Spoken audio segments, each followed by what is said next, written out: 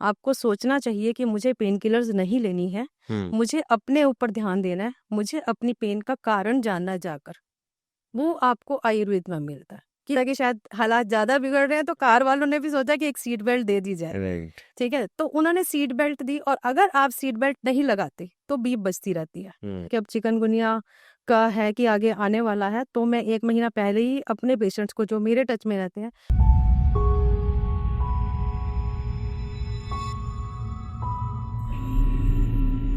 नमस्कार, आयुर्दर्शन के एक नए एपिसोड में आज हमारे साथ वैद्य मीनू बत्रा जी, डॉक्टर मीनू बत्रा जी सोनीपत हरियाणा से, जो विगत 25 सालों से एज एन आयुर्वेदा डॉक्टर लोगों की हीलिंग कर रही हैं, कई एस्पेक्ट्स में काम करती हैं। एंड आज हम एक टॉपिक जिसके बारे में हम पहले भी कुछ एपिसोड्स में चर्चा कर चुके हैं, लेकिन आज कुछ अलग तरीके से we will be talking pain in a different way today, that how again if you have pain, first of all आपको वो पेन है, किस लेवल का है, क्या ट्रिगर्स हैं, क्या रियल टाइम एग्जांपल्स हैं, कैसे उसको हम कनेक्ट करेंगे। एक बड़ी इंटरेस्टिंग सेशन की तरफ हम आपको लेके जाते हैं। मैं अगेन स्वागत करूंगा वैद्य मीनू बत्रा जी का।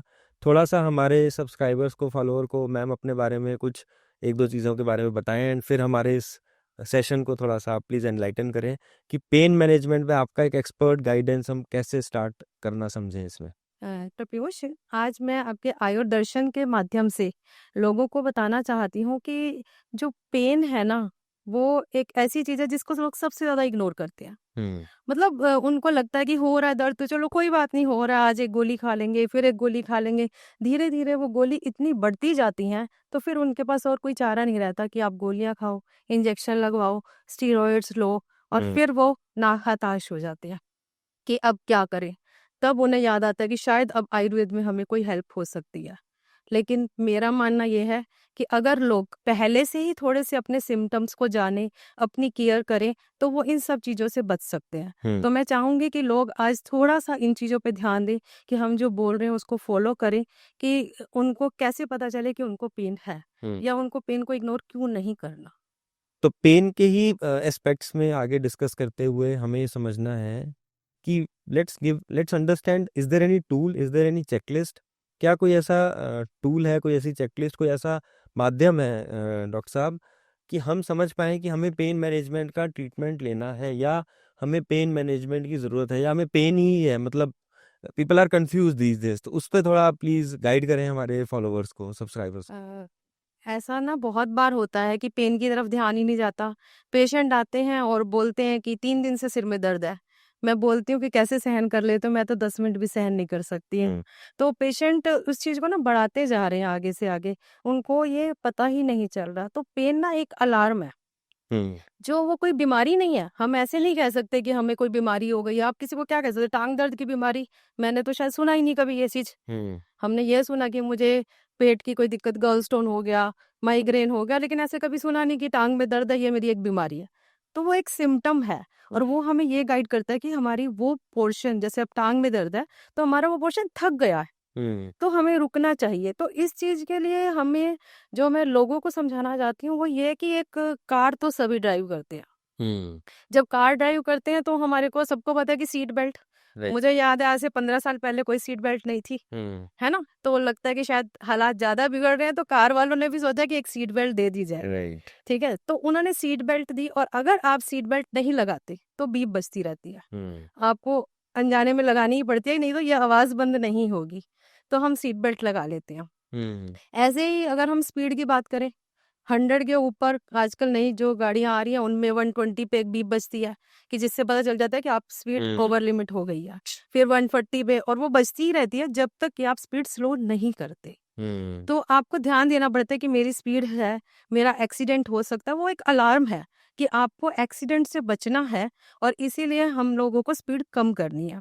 तो ऐसे ही ना हमारी बॉडी है, जब हमारी बॉडी थक जाती है, थोड़ी बहुत थकावट हुई, ठीक है कि आज कोई काम किया थक गए, फिर थोड़ी थकावट हुई तो ठीक है कि वो एक सीट बेल्ट की तरह, कि आपको अलार्म मिल गया कि आज मैं थक गई हूँ, थोड़ा सा प्रिवेंशन लो, और आप कर लोगे। नहीं भी लगाओगे सीट बेल्ट तो भी चल जाएगा, और लगा ली तो बहुत ही अच्छी बात है।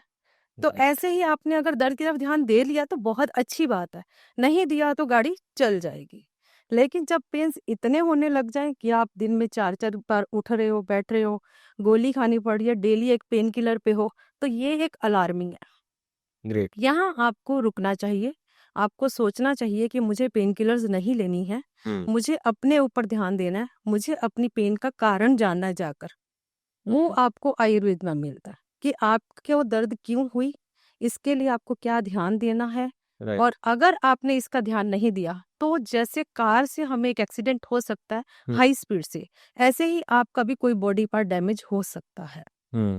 तो अगर हम चाहते हैं कि हमारी बॉडी डैमेज नहीं हो तो हमें वहाँ रुकना है, लोगों को डॉक्टर के पास जाना है, जो भी आपके पास नियरेस्ट आयुर्वेदिक डॉक्टर हो या किसी से भी आप बात कर सकते हैं, लेकिन Right. अपने हिसाब से आप कहो कि मेरे को टांग में दर्द है, 10 दिन से लगातार दर्द है, क्या मुझे क्या करना चाहिए, फिर आपको आयुर्वेदिक भी मिलेगा उसके लिए।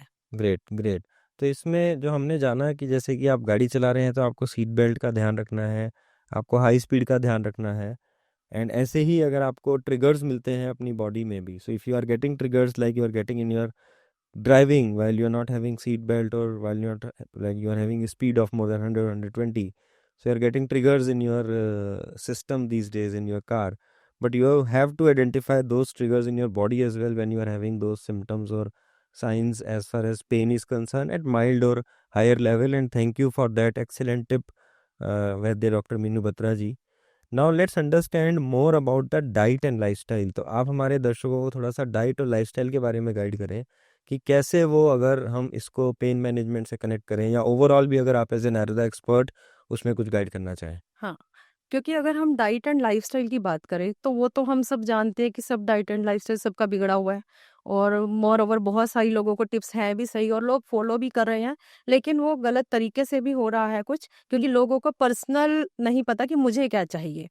तो डाइट में भी अगर हम कहें तो थोड़ा सा बस इतना ध्यान रखें कि अगर आपको पेन है तो आप थोड़ा सा गर्म चीज़ों की तरफ जाएं, ठंडी चीज़ें नहीं लें, जैसे ठंडा दूध, जूसेस, इवन नारियल पानी, क्योंकि मुझे याद आ गया कि अब चिकनगुनिया का है कि आगे आने वाला है, तो मैं 1 महीना पहले ही अपने पेशेंट्स को जो मेरे टच में रहते हैं ठंडी चीज़ें बंद करवा देती हूँ। बाय चांस उनको चिकनगुनिया हो भी जाए तो उनको प्रॉब्लम्स उतनी नहीं होती। तो मेरे हिसाब से ठंडी चीज़ों के ऊपर ज़्यादा ध्यान दें, क्योंकि लोग ना नारियल पानी और जूसेस पे बहुत रहते हैं और ये हमारी पेन्स को बढ़ाते हैं। हमें डाइट में गर्म चीज़ें लेनी है, ठंडी चीज़ों को अवॉइड करना है, बासी खाना नहीं खाना है, रात का रखा हुआ भोजन नहीं करना है, मेन पिज़्ज़ा, बर्गर्स जो आजकल की जनरेशन सबसे ज़्यादा लेती है, उन चीज़ों को अवॉइड करना है, न्यूट्रिशियस फूड लेना है। और इसके ज़्यादा मुझे सबसे ज़्यादा तो ना पोस्चर्स पर बात करनी है। मुझे लगता है कि वो नॉलेज अभी तक भी आम लोगों के पास नहीं पहुंच रही है। राइट। हमारी जो मसल्स हैं वो थक जाती हैं सारा दिन एक काम करते हुए। फॉर एग्जाम्पल आप ऑफिस में हो, डेस्कटॉप पे हो, लैपटॉप पे काम कर रहे हो, तो आप सारा दिन ऐसे गर्दन झुका कर बैठे हो, तो क्या होगा कि आपकी नेक मसल्स थक जाएंगी। तो आपको क्या करना है कि हर 1 घंटे में शोल्डर मूवमेंट्स बैक, तो उससे उस मसल का साथ साथ ही बैलेंस हो जाएगा, तो आपका सर्वाइकल बहुत ज्यादा नहीं बढ़ेगा।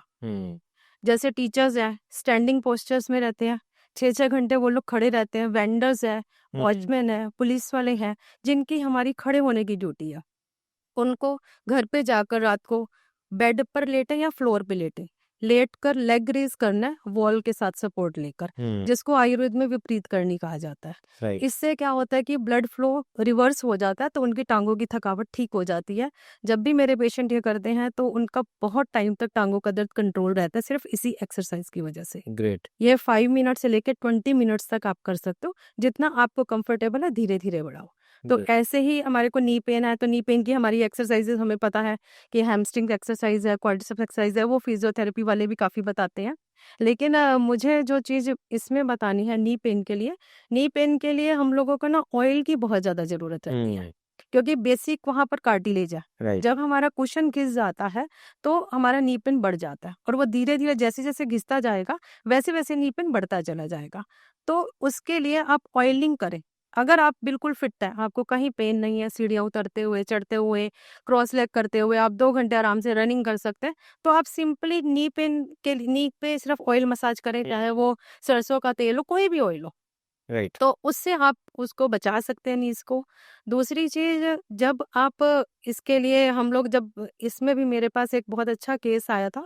केस क्या है, मैं भी ना एक्चुअल में डॉक्टर पीयूष की लोगों की स्टडी लेती रहती हूँ। हुँ, मेरे पास एक 80 इयर्स के अंकल जी थे। हुँ, उन्होंने एक्स-रे कराया और उनका एक्स-रे ना बिल्कुल 40 इयर्स वाला था। हुँ, ऑस्टियोआर्थराइटिस नहीं था, इतना हुँ, अच्छा नहीं था, मैंने नहीं, बहुत लोगों ने अच्छा, उनको ये कमेंट दिया था। हुँ, तो मैंने उनसे हिस्ट्री ली कि आपने इसको मेंटेन कैसे किया हुँ, ताकि हम लोगों को जागरूक कर सकें। राइट, तो उन्होंने ये बताया कि क्योंकि वो ना थोड़ा साउथ से बिलॉन्ग करते थे, हुँ, नॉर्थ में हमारा आयुर्वेद थोड़ा अब प्रमोट हो रहा है, लेकिन साउथ में तो बहुत सालों से है। तो उन्होंने ये बताया कि जब मैं 40 इयर्स का था, हुँ, तो मैं हर 6 मंथ में 10 डेज़ के लिए जानुवस्ती कराता था बिना किसी प्रॉब्लम के। अच्छा, हाँ, ऐसे ही मेरा जून, ऐसे ही मेरा दिसंबर।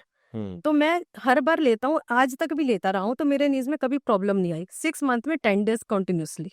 तो मेरी वहीं रिपेयर हो जाती थी, वहीं सब कुछ हो गया, तो उनके एक्स-रे में कोई भी इश्यू नहीं है और वो आज भी बिल्कुल फिट है। हालाँकि वो आए किसी और प्रॉब्लम से, तो मुझे अपने इंटरेस्ट पे ही मैंने उनसे टेस्ट कराए थे कि भई मुझे देखना है कि आप इतने एक्टिव कैसे हो या राइट, इतने हेल्दी कैसे हो। तो उन्होंने ये बताया, उसके बाद से मेरे पेशेंट जो स्पेशली टीचर्स हैं, उनके हमने पैकेज बना दिए कि समर ब्रेक और विंटर ब्रेक, हुँ, इन दोनों में वो मुझसे सर्वाइकल की थेरेपीज़ लेती हैं। कि आएँगी 6 डेज़ का पैकेज लेती हैं और सर्वाइकल के लिए नेक मसाज ले ली, पोटली ले ली, ग्रीवावस्थी ले ली और उसके बाद फिर वो लोग विंटर्स में। इसका फ़ायदा ये हुआ कि वो आराम से जैकेट्स और कोट डालने लग गई, जो वो पहले विंटर्स में नहीं डाल सकती थी। हुँ, तो ग्रेट, प्रिवेंशन जो है ना, वो सबसे बड़ा मेज़रमेंट है आयुर्वेद का। राइट, अगर आयुर्वेद में लोगों ने प्रिवेंशन कर ली, तो वो बीमारी तक पहुँचेंगे ही नहीं। फिर कहाँ के स्टेरॉइड्स और कहाँ की दवाइयाँ। हुँ, excellent, excellent. I think takeaway message is you should nourish yourself. आप अपने आप को नरिशमेंट ज़रूर करें। मेरे को छोटे-छोटे एग्ज़ाम्पल्स चाइल्डहुड के याद आते हैं। मेरे पास साइकिल होती थी, बचपन में स्कूल जाते थे साइकिल पे। आज की काफ़ी कम जनरेशन है जो साइकिल पे स्कूल जाती है एंड उसकी ग्रीसिंग करते रहते थे रेगुलर। उसकी जो चेन होती जी। थी उसकी ग्रीसिंग होती थी। फिर बाइक आई, उसमें भी चेन या ग्रीसिंग्स रहती हैं, या गाड़ी में ऑयलिंग एंड ऑल। ऑयलिंग करते हैं हम अलग से, पेट्रोल या फ्यूल के अलावा भी जो ऑयलिंग रहती है, इंजन ऑयल। बट हम अपनी बॉडी का ध्यान नहीं नहीं रखते और अपने रखते। बॉडी की ग्रीसिंग, बॉडी की oiling, we don't consider our body as our कुछ the most precious asset which God has given to us. So thank you so much वैद्य मीनू बत्रा जी, कि आप सबको ये संदेश आज मिला कि we need to understand our body, we need to nourish that, we need to take a guidance of a senior Vaidya like her and ensure कि आप हम चाहते हैं कि आप सब लोग एक्टिव रहें, वॉक करें, रनिंग करें। मैं अभी देख रहा था न्यूज़ में कि जो हमारे एक काफ़ी फेमस सेलिब्रिटी हैं, वो अपने साथ सेल्फी लेने के लिए एक टारगेट देते हैं कि आप 20 पुशअप्स कीजिए तो मैं आपको सेल्फी दूंगा। तो अगर आपको ऐसे अपने आप को फिट रखना है और ऐसे लोगों से हमें मोटिवेशन मिलता है कि आप चलते रहें, तो आप ज़रूर आयुर्वेद को अपनाएं, अपने आप को, अपने जॉइंट्स को नरिश करें। एंड आपको ज़्यादा जानना है वैद्य मीनू बत्रा जी के बारे में, तो कमेंट सेक्शन में आपको उसकी डिटेल्स मिल जाएंगी। एंड अगर आपको ये सेशन पसंद आया तो प्लीज़ इसको ज़रूर लाइक करें, ज़्यादा से ज़्यादा लोगों को प्रमोट करें ताकि हमारे सब्सक्राइबर्स, फॉलोवर्स इंक्रीज़ हों। Thank you so much.